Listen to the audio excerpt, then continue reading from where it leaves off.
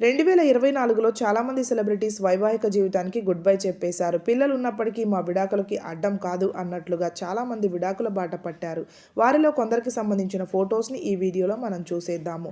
Cricketer Hardik Pandya నటాషాని పెళ్లికి ముందే dating చేసి ఓ బిడ్డను కని మరీ ఆ తర్వాత పెళ్లి చేసుకున్నారు.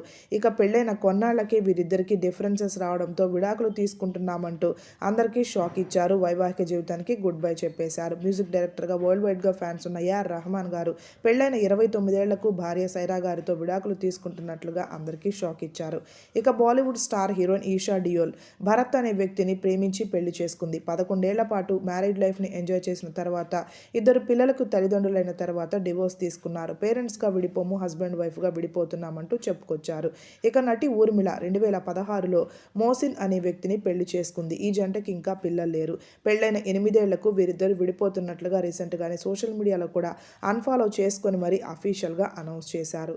సానియా మీర్జా ఓ ఎంగేజ్మెంట్ బ్రేక్ అయిన తర్వాత క్రికెటర్ అయిన షోయబ్ని పెళ్లి చేసుకుంది. ఓ కొడుకు పుట్టిన తర్వాత ఈ మధ్య విడాకులు తీసుకున్నారు.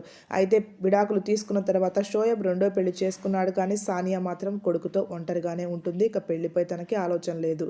తమిళ్లో స్టార్ హీరో జయం రవి ప్రేమించి పెళ్లి చేసుకున్నాడు ఆర్తి అనే ఆమెను. ఇద్దరు అబ్బాయిలు పుట్టిన తర్వాత 15 ఏళ్లకి వీరిద్దరు విడిపోతున్నామంటూ రీసెంట్గానే అందరికీ షాక్ ఇచ్చారు. నిజానికి వీరిది అన్యోన్యమైన జంట.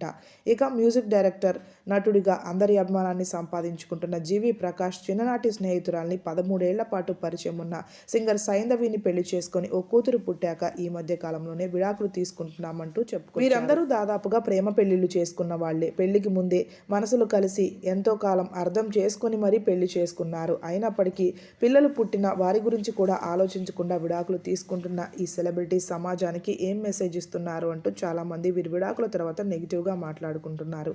వీరందరికీ ఒంటరి జీవితం ముద్దు, తోడు వద్దు అన్నట్లుగా అయిపోయింది.